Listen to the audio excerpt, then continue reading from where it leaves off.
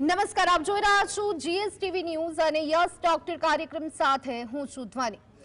ભારતમાં હાઇપરટેન્શનના કહી શકાય કે કેસીસ વધી રહ્યા છે, એટલે કે બીજી રીતે જો કહીએ તો ભારત હાઇપરટેન્શનના બોજની સામે અત્યારે હાલ લડતું હોય તેમ લાગી રહ્યું છે।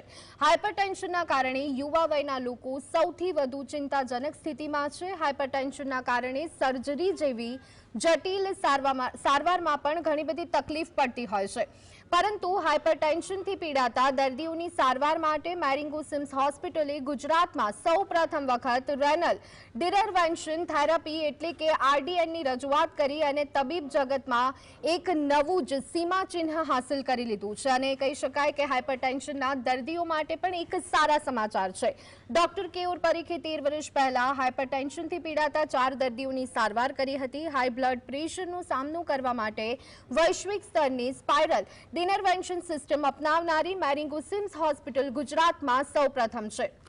દર્શક મિત્રો, હાઇપરટેન્શનના દર્દીઓ માટેની આ સારવાર પદ્ધતિ ગુજરાતમાં સૌપ્રથમ રજૂ થતી હોય તેના વિશે અતથી ઇતિ સુધી જાણવું એ સૌ કોઈના માટે એટલે કે તમારા માટે અને મારા માટે પણ એટલું જ જરૂરી છે અને એટલે અમદાવાદની મેરિંગો સિમ્સ હોસ્પિટલના ચેરમેન ડોક્ટર કેયુર પરીખ હોસ્પિટલમાં આરડીટી પ્રોસિજરની શરૂઆત કરવામાં આવી હતી, જેમાં તેમને ઇન્ટરવેન્શન કાર્ડિયોલોજિસ્ટ ડોક્ટર તેજસ્વી પટેલ, ડોક્ટર વિપુલ કપૂરે સૌથી વધુ સંખ્યામાં આરડીએન પ્રોસિજર્સ પણ કર્યા છે। ત્યારે અત્યારે હાલ આરડીએન થેરાપી શું છે તેના વિશે વધારે જાણી અને આ ચર્ચા માટે અત્યારે હાલ મારી સાથે જોડાયા છે ડોક્ટર કેયુર પરીખ કે જેઓ સિનિયર ઇન્ટરવેન્શનલ કાર્ડિયોલોજિસ્ટ છે અને તેઓ પોતે મેરિંગો સિમ્સ હોસ્પિટલના ચેરમેન પણ છે। તો અન્ય એક સિનિયર ઇન્ટરવેન્શનલ કાર્ડિયોલોજિસ્ટ એટલે કે ડોક્ટર વિપુલ કપૂર પણ આપણી સાથે છે, તો એમની સાથે ડોક્ટર તેજસ્વી પટેલ પણ આપણી સાથે છે અને તેઓ પણ સિનિયર ઇન્ટરવેન્શનલ કાર્ડિયોલોજિસ્ટ છે। તમામે તમામ મહેમાનોનું સ્વાગત છે। સૌથી પહેલા ડોક્ટર તેજસ આપની પાસે આવવા માંગીશું અને આપની પાસેથી પહેલા તો એ જાણવા માંગીશું કે આરડીએન પ્રોસિજર શું છે, કેવી રીતે થાય છે અને તેના માટે વિગતવાર જણાવશો। સો નમસ્કાર મિત્રો, આરડીએન એટલે કે રીનલ ડિનર્વેશન થેરાપી। રીનલ ડિનર્વેશન મીન્સ કે કિડનીની જે બ્લડ સપ્લાય, લોહીની સપ્લાય કરતી જે નસ છે એની આજુબાજુની જે નર્વ્સ છે એ નર્વ્સને બંધ કરી દેવાથી બ્લડ પ્રેશર ઓછું થાય અને એની જે ટ્રીટમેન્ટ છે જેને કહેવાય આરડીએન। આરડીએન થેરાપી એક સ્પેશિયલ કેથેટર, એક 2 મિલીમીટર 3 મિલીમીટરના એક નાનકડા કેથેટર દ્વારા પગની નસમાંથી અંદર મૂકવામાં આવે છે અને તે કિડનીની નસમાં જઈ અને કિડનીની નસની આજુબાજુની જે નર્વ્સ છે એને રેડિયો ફ્રીક્વન્સી એબ્લેશનથી એને બંધ કરી દે છે, જેથી કરીને કિડની અને એને નર્વ્સનું જે બ્રેનની સાથે કનેક્શન હોય અને જેને લીધે બ્લડ પ્રેશર વધતું હોય એ બ્લડ પ્રેશર ઓછું થઈ જાય છે અને કંટ્રોલમાં આવી જાય છે। સો આ થેરાપી એવા દર્દીઓ માટે મદદગાર થાય છે કે જે લોકો બ્લડ પ્રેશર ઘણી બધી દવા લેવા છતાં પણ અનકંટ્રોલ રહેતું હોય। ઘણા બધા દર્દીઓને 4, 5, 6 મેડિકેશન્સ લેવા છતાં પણ બ્લડ પ્રેશર અનકંટ્રોલ રહેતું હોય અને કંટ્રોલમાં ન આવી શકે, ઓછું ન થઈ શકતું હોય, એવા પેશન્ટમાં આ પ્રકારની થેરાપીથી આપણે એમનું બ્લડ પ્રેશર ઓછું કરી શકીએ। અને આ પ્રોસિજર એક માઇક્રો પ્રોસિજર છે કે જેમાં કોઈ મેજર સર્જરી કે કોઈ કાપકૂપ નથી થતી, જેમાં એક નાનકડી ટ્યુબ પગની નસમાંથી નાખીને આખી પ્રોસિજર કરવામાં આવે, જેમાં લગભગ અડધી કલાકથી કલાક જેવો ટાઈમ લાગે અને 2 કલાક પછી પેશન્ટ ચાલવા માંડે, વોકિંગ કરી શકે અને 1 કે 2 દિવસ બાદ દર્દીને ડિસ્ચાર્જ કરી શકીએ। સો આ મિનિમલી ઇન્વેઝિવ પ્રોસિજર છે કે જે બ્લડ પ્રેશર અનકંટ્રોલ રહેતું હોય એવા દર્દીઓ માટે ખૂબ જ સફળતાપૂર્વક આપણે એમાં કરી શકીએ અને એને ખૂબ જ મદદગાર થઈ શકે। પ્રોસિજર વિશે જસ્ટ બ્રીફલી તમને જણાવું તો આ જે ડેમો પીસ છે જેમાં તમે જોઈ શકો કે આ જે બંને કિડની છે અને કિડનીની જે નસ છે એની અંદર આપણે કેથેટર મૂકીએ અને કેથેટર દ્વારા એની ફરતે, કિડનીની ફરતેની નસને રેડિયો ફ્રીક્વન્સી એબ્લેશનથી જે યલો કલરની જે નસ દેખાય છે એ બધી નસને આપણે રેડિયો ફ્રીક્વન્સી એબ્લેશનથી બંધ કરી શકીએ। આ જે કેથેટર છે એ કેથેટરને એક કોન્સોલ સાથે જોડવામાં આવે અને કોન્સોલનું કંટ્રોલ આપણે બહારથી કરી શકીએ, જેના દ્વારા આપણે રેડિયો ફ્રીક્વન્સી એબ્લેશનના વેવ્સ આપી અને નર્વ્સને આપણે બંધ કરી શકીએ। સો આખી થેરાપી રીનલ ડિનર્વેશન થેરાપી કહેવાય અને જે લોકોના બ્લડ પ્રેશર અનકંટ્રોલ હોય એ લોકો માટે આ ખૂબ જ મદદગાર સાબિત થશે। જી બિલકુલ ડોક્ટર કેયુર આપની પાસે આવવા માંગીશ જે જૂની આરડીએન પ્રોસિજર હતી તેને પાછી ખેંચી લેવામાં આવી અને ત્યાર પછી હવે તે એક નવા અવતારમાં સામે આવી છે તો આ જે નવી આખી પ્રોસિજર તૈયાર કરવામાં આવી છે અથવા તો તેનો નવો અવતાર અહીં આપણે કહીએ તો એ કેટલું મદદરૂપ સાબિત થઈ શકે છે? જૂની પ્રોસિજર જે હતી આરડીએનની જે અમે 2013માં કરેલી 4 દર્દીઓમાં, એમાં એક સાદી કેથેટર હતી જેમાં એક ઇલેક્ટ્રોડ હતો, જેને લીધે આખી પ્રોસિજર જે રેડિયો ફ્રીક્વન્સી અમે વાપરતા હતા એમાં ખૂબ સમય લાગતો હતો અને બહુ ઓછા એરિયામાં કરતા હતા. મેટ્રોનિક કંપની અમેરિકાની જેણે આ કેથેટર નવી વિકસાવી છે, એ લોકોએ આખી નવી કેથેટર બનાવી છે જેની અંદર 4 ઇલેક્ટ્રોડ હોય છે અને એ એક કમ્પ્યુટર જોડે એટેચ છે જેમાં આર્ટિફિશિયલ ઇન્ટેલિજન્સ છે, જે કમ્પ્યુટર એની જાતે જ 4 કેથેટર જે ઇલેક્ટ્રોડ હોય એ ઇલેક્ટ્રોડની અંદર કેટલી સેકન્ડ સુધી, કેટલા સમય સુધી, કયા ટેમ્પરેચર સુધી રેડિયો ફ્રીક્વન્સી આપવી એ એના થ્રુ થશે. હવે આ એટલો મોટો જમ્પ છે કારણ કે એક ઇલેક્ટ્રોડની જગ્યાએ 4 ઇલેક્ટ્રોડ 4 જુદી દિશામાં નળીની અંદર નર્વ્સને રેડિયો ફ્રીક્વન્સી આપી રહ્યું છે અને એનું કંટ્રોલ આ કોન્સોલ કરે છે, જે આર્ટિફિશિયલ ઇન્ટેલિજન્સ મારફત એ આખી પ્રક્રિયાને મેનેજ કરે છે. જી બિલકુલ ડોક્ટર વિપુલ આપની પાસે આવવા માંગીશું. ટેકનોલોજી જમ્પ, એઆઈ એંગલ, આ શબ્દો અત્યારે હાલ સાંભળવા મળ્યા તો એનું એક્ઝેક્ટલી કામ શું હોય છે અને એ શું છે?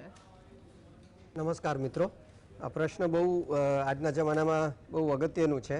તો જેમ તમને પ્રોસિજર વિશે સમજાયું એમ તમે આ કેથેટર સામે જોશો તો તમને ખ્યાલ આવશે કે આમાં આ કેથેટર પહેલાં કરતાં આમાં જે છે પહેલાં એક સીધું કેથેટર હતું, હવે જે તમે જોઈ શકો છો તો આમાં વળેલું છે અને એમાં 4 બંગડી જેવી 4 વીંટીઓ જેવી આ સોનાની વીંટી જેવી દેખાય છે, એ ઇલેક્ટ્રોડ કહેવાય. આ જે ઇલેક્ટ્રોડ છે એ બનાવ્યા એવી રીતે છે કે એ જે નળીમાં જ્યારે આપણે નાખીએ તો એ ધમનીમાં એ 4 કોન્ટેક્ટ પોઈન્ટ્સ ઉપર, જુદા જુદા કોન્ટેક્ટ પોઈન્ટ ઉપર જે છે એ ધમનીમાં ચોંટી જાય અને જ્યારે આ વળગીને બેસે તે એ જગ્યાએ 360 ડિગ્રી આર્કમાં આમાંથી આપણે જે કરંટની જે પ્રણાલી છે એ ડિસ્ટ્રીબ્યુટ કરંટ કરે અને એને આ કેથેટરને આ કોન્સોલમાં, આ જે કોન્સોલ આપ જોઈ રહ્યા છો એ કોન્સોલ જે છે એ શરીરની બહાર હોય એમાં લગાવવામાં આવે. જ્યારે આ કોન્સોલ ઓન થાય ત્યારે આમાં આ 4 ઇલેક્ટ્રોડમાં એઆઈ અને આપણે જે ઇન્ટેલિજન્સ કહીએ, જે ટેકનોલોજી કહીએ, એમાં 4 ઇલેક્ટ્રોડનું ડિસ્પ્લે આમાં જુદું આવતું હોય. આમાં એનું જે ઇમ્પિડન્સ કે જે આપણે રેઝિસ્ટન્સ ગણીએ અને જે ટેમ્પરેચર ગણીએ એ પ્રમાણે આમાં ડિસ્પ્લે થાય. આપણે એને બહારથી ઓપરેટ કરી શકીએ અને જે પોઈન્ટ ઉપર કોન્ટેક્ટ બરાબર ના હોય તો મશીન ઓટોમેટિકલી એઆઈની મદદથી એ ઇલેક્ટ્રોડને, જે આ 4 ઇલેક્ટ્રોડ છે એમાંથી કોઈ એક ઇલેક્ટ્રોડમાં જો પ્રોપર ના હોય તો એને બંધ કરી શકે અને બધા 4 ઓકે હોય તો 4 ઇલેક્ટ્રોડમાં આમાં ડિસ્પ્લેમાં એ આપણે કરંટ અને જે એનું પાવર જાય છે અને જે રેઝિસ્ટન્સ આવે છે એ દર્શાવે અને કયા ઇલેક્ટ્રોડ ઉપર ટેમ્પરેચર વધી રહ્યું છે અથવા તો રેઝિસ્ટન્સ ઓછું થઈ રહ્યું છે તો એ એને ઓટોમેટિક શટ ઓફ કરી શકે. તો આનાથી શું થાય છે કે પેશન્ટ સેફટી અત્યંત જરૂરી છે આ પ્રોસિજરમાં અને દેટ ઇઝ વાય કે કોઈને પણ ઈજા ના થાય અને સાથે સાથે પ્રોપર ઇફેક્ટિવનેસ આપણને 60 સેકન્ડમાં પરફેક્ટ પાવર ડિસ્ટ્રીબ્યુટ થાય એ પ્રમાણે આ એઆઈ અને ટેકનોલોજી જમ્પ આ સિસ્ટમમાં ઇન્કોર્પોરેટ કરવામાં આવી છે. જી બિલકુલ તેજસ સર આપની પાસે આવવા માંગીશું. આરડીએન કેથેટરની જો વાત કરીએ તો જૂના કેથેટર અને નવા કેથેટર આ બંનેમાં કેટલો ફરક અત્યારે હાલ જોવા મળી રહ્યો છે? રાઈટ, સો આપણે આરડીએન વિશે વાત કરી, કઈ રીતે કરવામાં આવે છે એ રીતે વાત કરી અને ડૉક્ટર વિપુલે એ પણ વાત કરી કે કઈ રીતે એને કોન્સોલ સાથે કનેક્ટ કરવામાં આવે છે. સો કોન્સોલનો જે કન્સેપ્ટ છે that is artificial intelligence enabled. So that is something new which was not there in the previous catheter, જે પહેલાંના કેથેટરમાં અને પહેલાંની સિસ્ટમમાં નહોતું. કેથેટરની વાત કરું તો આ એનું કેથેટર છે, જે આરડીએન કેથેટર આપણે કહીએ. આરડીએન કેથેટરમાં તમે જોઈ શકો કે આ કેથેટરની ટીપ સર્ક્યુલર છે. હવે કોઈ પણ હૃદયની અથવા તો કિડનીની અથવા શરીરની કોઈ પણ નસ હોય એ સર્ક્યુલર હોય. સો જેથી કરીને જે પહેલાંનું કેથેટર હતું એ સિંગલ સ્ટ્રેટ કેથેટર હતું, આ રીતે હતું અને જેમાં એના ટીપ ઉપર ઇલેક્ટ્રોડ હતો. જ્યારે આ કેથેટરમાં સર્ક્યુલર કેથેટર છે અને જે સર્ક્યુલર વેસલ હોય, ધમની હોય, સર્ક્યુલર ધમનીની અંદર સારી રીતે બેસી શકે અને સારી રીતે એનો સંપર્ક થઈ શકે, જેથી કરીને એ સારી રીતે ત્યાં રેડિયો ફ્રીક્વન્સી એબ્લેશન આપીને નર્વ્સને પ્રોપરલી એના ઉપર થેરાપી આપી શકે. સો આ એક મેજર ડિફરન્સ છે જૂના કેથેટરમાં અને જે નવું RDN કેથેટર છે એમાં. નવા કેથેટરમાં in comparison to old catheter વધારે સારી રીતે એનર્જી આપીને નર્વ્સની ઉપર ટ્રીટમેન્ટ કરી શકાય છે એક. અને બીજું, આર્ટિફિશિયલ ઇન્ટેલિજન્સને લીધે ઓટોમેટિકલી મશીન કોઈપણ પ્રકારનું ડેમેજ થાય એ પહેલાં જ એ ઇલેક્ટ્રોડને બંધ કરી દે છે. જેમ કે આમાં 4 ઇલેક્ટ્રોડ છે, તો એ 4 ઇલેક્ટ્રોડમાંથી કોઈપણ ઇલેક્ટ્રોડમાં કોઈપણ કારણોસર જો ટેમ્પરેચર વધી જાય અથવા તો બીજા કોઈપણ પ્રકારના ભયજનક સિગ્નલો દેખાય તો ઓટોમેટિકલી મશીન એ ઇલેક્ટ્રોડને બંધ કરી દેશે. સો આ જે આર્ટિફિશિયલ ઇનેબલ્ડ અને કેથેટરની જે રચના છે, જે પહેલાંના કેથેટરમાં અને પહેલાંની સિસ્ટમમાં નહોતી, એને લીધે આ જે સિસ્ટમ છે ઘણી બધી વધારે ઇફેક્ટિવ છે, વધારે અસરકારક છે અને વધારે સેફ છે. જી કેવું સર, RDN થેરાપી શું છે એ આપણે સમજ્યા, પણ આ જે થેરાપી છે એનાથી કેટલા ટકા લોકોને સારવારથી લાભ થશે, અને આ એક વન ટાઈમ પ્રોસિજર છે કે ફરી એક વખત ભવિષ્યમાં ફરી વખત કરાવવાની જરૂર પડતી હોય છે? બહુ જ સરસ પ્રશ્ન છે આ. ભારતમાં અત્યારે દુનિયાના સૌથી વધારે હાઇપરટેન્શન, હાઈ બ્લડ પ્રેશરના દર્દીઓ છે, અને દરેક ઘરની અંદર 1 કે 2 જણને હાઈ બ્લડ પ્રેશર હોય છે, અને 50-55 વર્ષ પછી તો પુષ્કળ. હવે એ બધા હાઇપરટેન્શનના દર્દીઓ જે ભારતમાં છે 20% પ્રજા, એના 10 કે 15% પ્રજાને 3-4 ગોળીઓ આપવી પડે છે બ્લડ પ્રેશરની, અને એનાથી પણ વધારે ગોળી લેનાર 6 ગોળીઓ સુધી પણ કંટ્રોલમાં ના આવે એવા 5% દર્દીઓ છે આ આખી વસ્તીના, જેને 5-6 ગોળી લો બ્લડ પ્રેશરની તો પણ બ્લડ પ્રેશર 200 ઉપર રહેતું હોય છે. જેવા જ એક અમે દર્દીની સારવાર કરી જેનું પ્રેશર 200 ઉપર હતું. બેન હતા, મારા જૂના પેશન્ટ હતા, છેલ્લા મહિનાઓથી 6 ગોળી લેવા છતાંય પ્રેશર 200 ઉપર રહેતું હતું.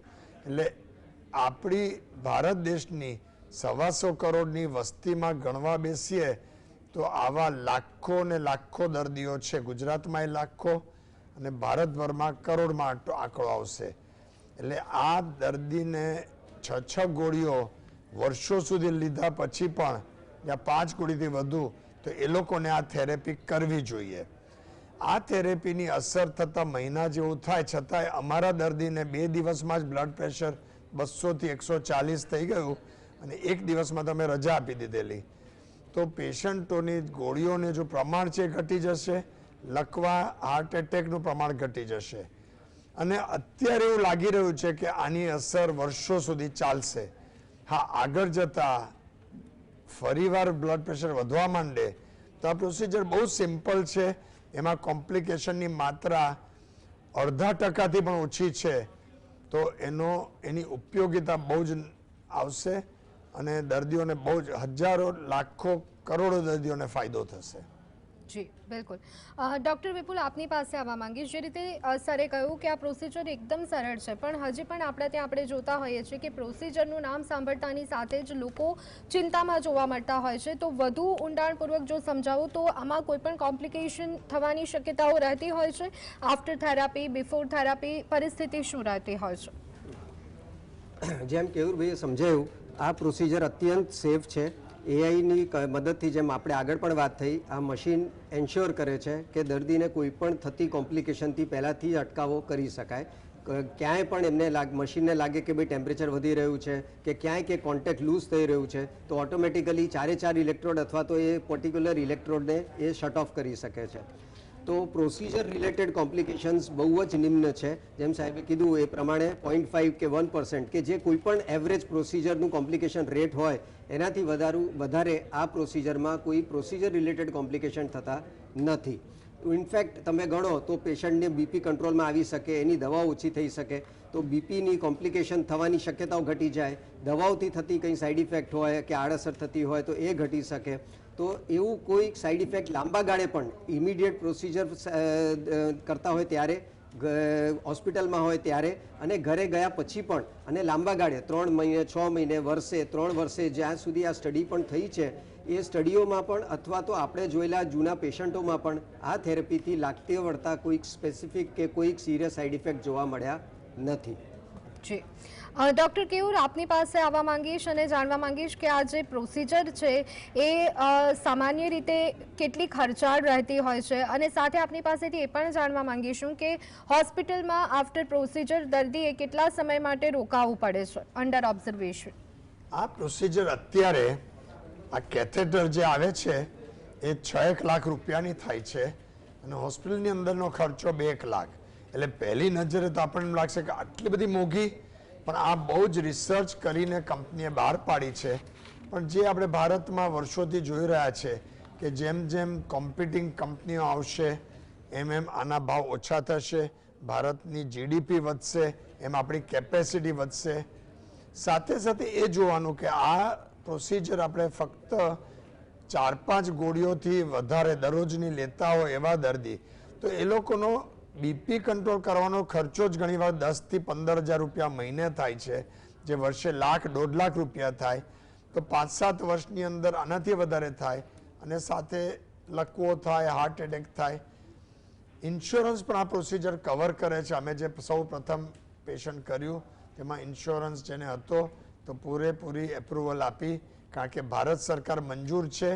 પણ એ સિવાય યુએસ FDA અને યુરોપિયન કન્ટ્રીઝમાં બધે જ આ પ્રોસિજર અપ્રૂવ થઈ ગઈ છે.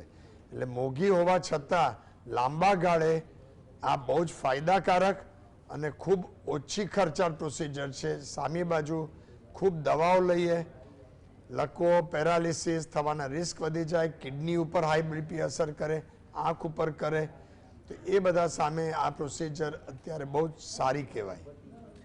જી તો દર્શક મિત્રો, યસ ડોક્ટર કાર્યક્રમ અંતર્ગત RDN પ્રોસિજર વિશે, થેરાપી વિશે આગળ પણ અમે આપને જણાવતા રહીશું, પરંતુ અત્યારે હાલ સમય થયો છે એક બ્રેક લેવાનો.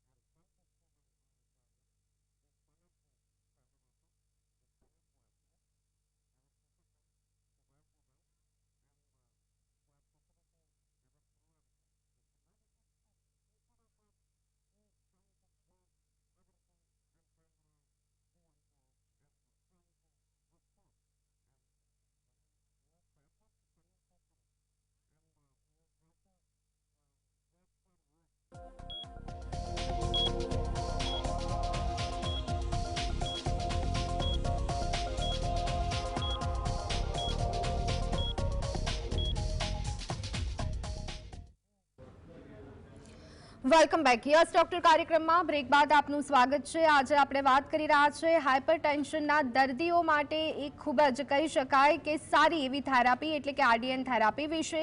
એ શું છે આપણે સમજ્યું, પરંતુ હવે લાઈવ વિડીયો સાથે આપણે તેને સમજવાનો પ્રયત્ન કરીએ. ડોક્ટર કેયુર, અમે આપની પાસે આવવા માંગીશું. લાઈવ વિડીયો અમે એનિમેશન વિડીયો પ્લે કરી રહ્યા છે ત્યારે સમજાવશું કે આખી આ જે પ્રોસિજર છે એ કેવી રીતના થતી હોય છે. જે આપણે જોઈ રહ્યા છે અત્યારે લાઈવ વિડીયોમાં, એમાં કેથેટર છે, એની અંદર તમને 3 ઇલેક્ટ્રોડ દેખાય છે પણ કુલ 4 છે. એ આખી જેમ જલેબી જેવી કહો કે બંગડી જેવી કહો, એ કેથેટર બહુ જ અદ્યતન ટેકનોલોજીમાં બનેલી છે અને દિવાલને અડે ત્યારે એક સાથે 4 જગાએ રેડિયો ફ્રીક્વન્સી એબ્લેશન થાય છે. પહેલાં એક કિડનીમાં, એની શાખાઓમાં, પછી બીજી કિડનીની શાખાઓમાં. એટલે બહુ સ્કિલફુલ પ્રોસિજર છે, પણ જે રીતે તમે જોઈ રહ્યા છો એમ કેથેટર એડવાન્સ કરીએ છીએ. હવે દર્શકોને એક વસ્તુ કહેવાની કે આ એન્જિયોગ્રાફી પદ્ધતિ જ કહેવાય, અને એન્જિયોગ્રાફીને બદલે આપણે એન્જિયોપ્લાસ્ટી જે સાંભળતા હતા, બલૂન ફૂલાવી જાળી મુકાય, એને બદલે એન્જિયોપ્લાસ્ટી જેવી ટેકનિકથી આપણે આ તાર નાખીએ અને તાર આ એબ્લેશન કરે, એ આપણે જોઈ રહ્યા છીએ. જી બિલકુલ. હવે ઓપરેશનલ પાર્ટ પણ આપણે સમજવાનો થોડો પ્રયત્ન કરીએ તો દર્શક મિત્રોને પણ વધારે અંદાજ આવશે. જી યસ સર. મેં કેસ લાઈવ કરેલો, હા, જે ગુજરાતભરમાં સૌપ્રથમ, અને જેમ મેં કહ્યું એમ કે 2013માં ભારતભરના સૌપ્રથમ અને સૌથી વધુ કેસનો અમને અનુભવ છે.